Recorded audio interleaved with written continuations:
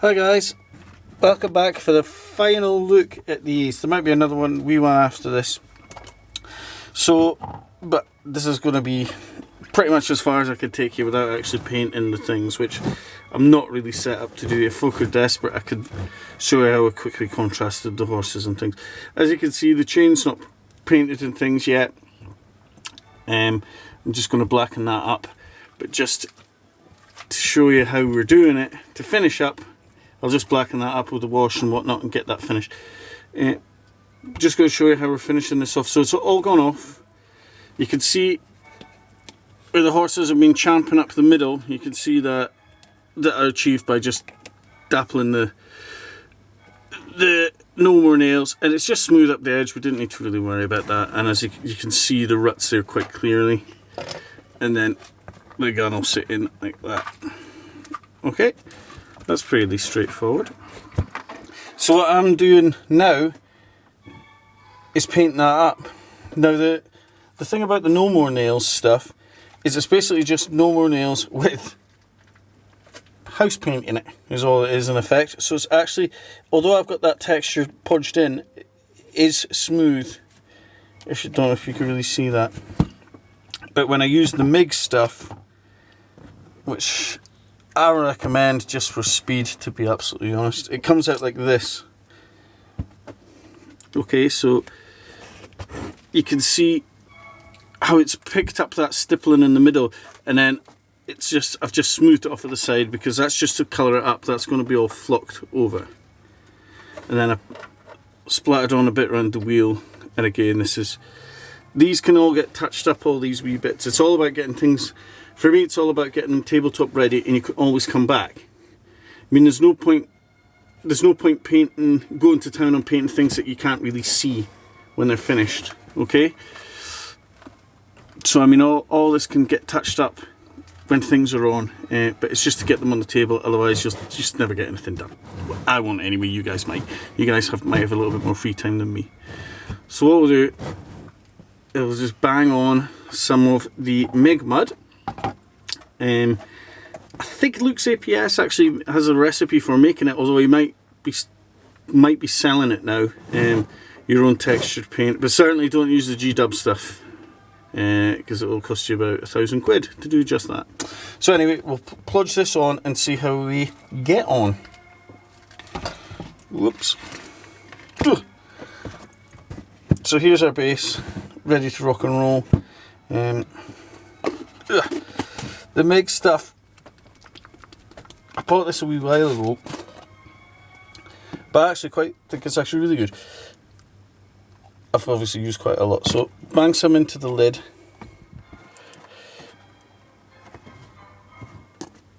This might be quite difficult to do on camera. Plenty on your brush, and then just work it on. You get a feel for it first, and then just work it on. But you can see what I mean about having the no more nails coloured up with some brown. So don't waste too much of it along the sides there. Keep that kind of smooth, and then have it right through the middle to recreate that kind of champed up road effect. Alright, so keep working it in.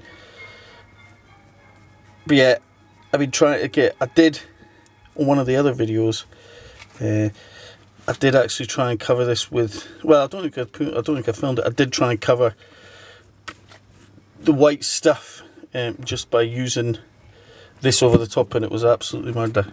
Took loads, and then it was just like, oh god, what a waste of the MIG mud stuff. So always better to colour that up with anything you can find. But I find for all these kind of jobs, this is basically the size of a kind of small terrain-y piece, you know, or a wee vignette. So you definitely want to be looking at a house paint of some kind, not poster paint, but any kind of tester pot of some kind of brown will work. The B&Q had a range, I don't know where you're watching this about, but you could always find them, wee tester pots of stuff. Okay, so we're getting that through. Again, I'm not too worried about where it goes, because I can touch it up and clean it up after. We just keep getting it in. I'm going to have mine slightly up the legs, so that's why I've not bothered in this instance painting. I didn't even bother painting the hoofs of these horses, because that was just time painting stuff that won't ever get seen, ever. So I just left that out. So you can see it's not taking very long. But I mean, obviously you want to be a bit more careful with this when you're doing it yourselves. Getting it on. So we've actually got a game coming up pretty soon, so this is a bit of a rush to get these up.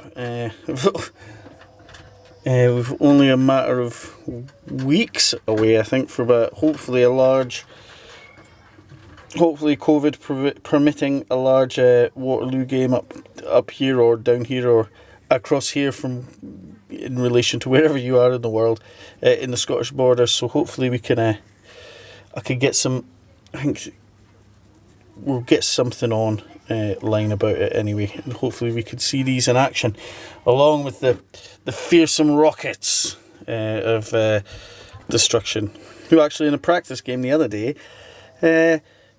managed to wound these as they rode past the rocket battery and got disordered and took a wound, which wasn't very helpful. But there you go. Everybody did say the rockets are crap, and I'm saying no, they're not. They're epic, but no, they could be right. But it'll be a good laugh anyway on the date. Once we're having a few ales, I'm sure it'll be Here Comes the Rocket Man. There'll be some kind of thing about Elton John. I'm quite sure there'll be something. Bound to be something. So we're getting this in.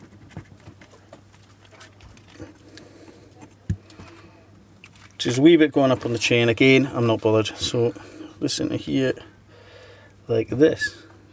There you go. And that's that. So smooth out the sides. That's the verge. And we don't want to waste too much. Don't have too much piled into the ruts that we've created. You can fiddle and faff around with this for a long time. It does dry a little bit. It does go down a little bit when it dries, but it's not horrendously not horrendously bad. It just shrinks a wee bit, but it might pull this up slightly. You can see what I mean about the kind of warping, which I'm going to straighten them out after with some PVA painted on the bottom, I think. But again, ain't got time for that just now, so we've got to bash on and get this ready to blow the French away. So I'm just dabbing a wee bit on. I mean, this mud would be going quite far up the spokes of the wheel there, but it's just one of those things. You can over egg it and have too much, and it just can look a bit crap. So not too much, but enough to suggest that it's glary and covered. You know, I mean, these could be stinking right up to their axles, and then that bit, for example, would be clogged with mud. You know, as it would kind of pile up on the inside as it's turning round. Because the wheel's turning that way, so that all the mud would just pile up there. But anyway, we can't just mudify everything, as we've spoke about before. So just the suggestion is enough. Some on the inside. Some on the inside there. And that'll do. So that's just, you would paint it. You could paint that to completion, which I was going to do, but then I couldn't find my bloody paint. So what I have done is just wash that just now, and again I'm going to come back in and tidy that up after it, which is going to be quite nice to sit once they're all done to TT standard, and then be able to come in and have a wee fiddle and get them looking even better. I'm going to enjoy doing that, I think. Once they're all up, the riders are all finished, so we'll get them all on at the very, very end. Okay, so we've plunged that on, as you can see. It didn't take very long, So we've got that to that stage.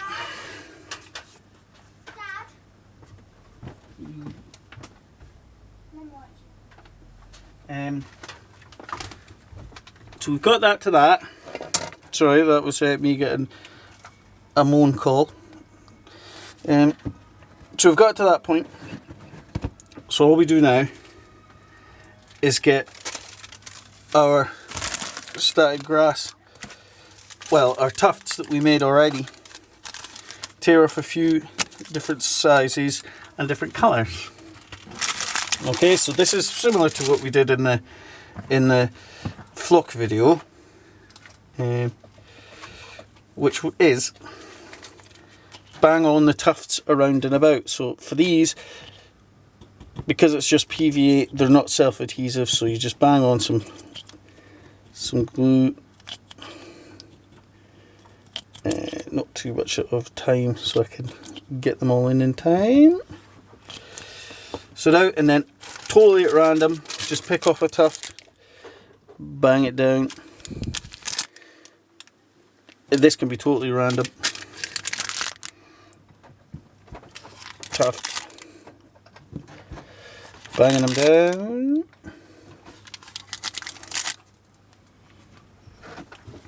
I've got another couple of these green ones.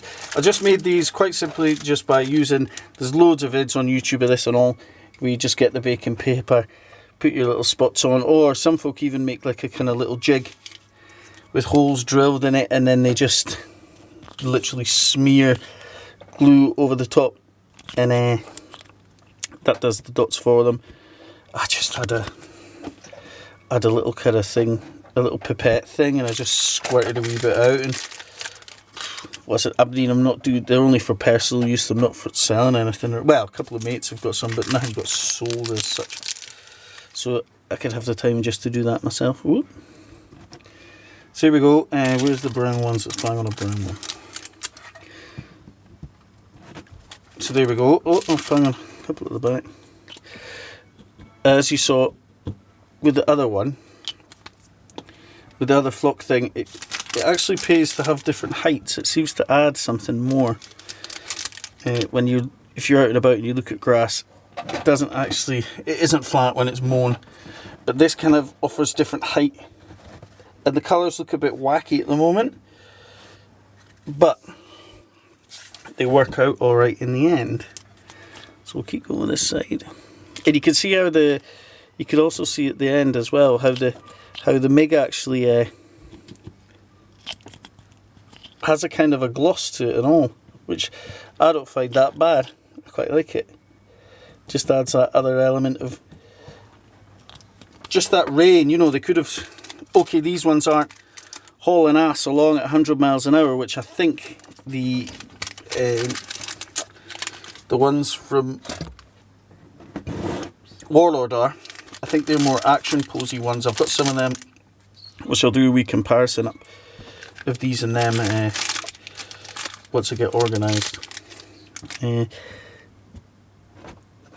But I mean, if they were more actiony, that's going to be an interesting modelling aspect, where those ones, the Warlord ones, will have to have their chains, as we discussed in the previous episode. The ones' chains will have to be pulled tight, which will be interesting, and because they're actually in motion. These ones they're at ease, as we've discussed, so they're all right.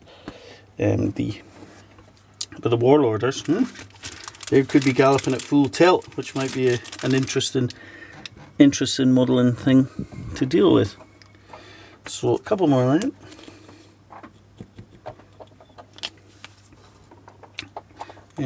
I'll have a nice break. There we go. Oh, and there's a horse there. Look, he's oops. Horse there. He's obviously got his eye on this lovely, great big clump of lovely fresh grass, which I'll put in there. Look, that's what he's going for. While they're at ease, he's wanting a bit of that grass before he gets whipped into shape by the drivers. So there you go. It looks weird, looks strange. There's no need for me to show you how to flock this, because that's on the flock video, which is just the same thing. Just make sure when you're gluing that you are only hitting up these areas here and here, and work that through in those flat bits, leaving the road. But if you want to do a road, some folk have done patches and whatnot. I just think the road looks cool because you get that, just that element that these ones aren't actually galloping along as we've discussed, but they have been moving. They're not static, these guys. They have been moving somewhere, or they are heading somewhere, or have been somewhere at the very least. So once you get to that, flock it up, glue on your guys, and then you're getting that, which is the height thing. I had a couple of little bits of clump foliage too, banged in, a couple of other taller tufts which I had kicking around, put them in as well. But I mean, you could easily put in brush bristles or anything you wanted like that, and you'll be landed. And then, even though my stuff was just Halford's grey and sprayed Halford's grey and then just washed with strong tone to get it done, I did pop on a little bit of blue dry brush on that, and then I've got to pick out the details on the clasps and whatnot. And I think these little, find out what colour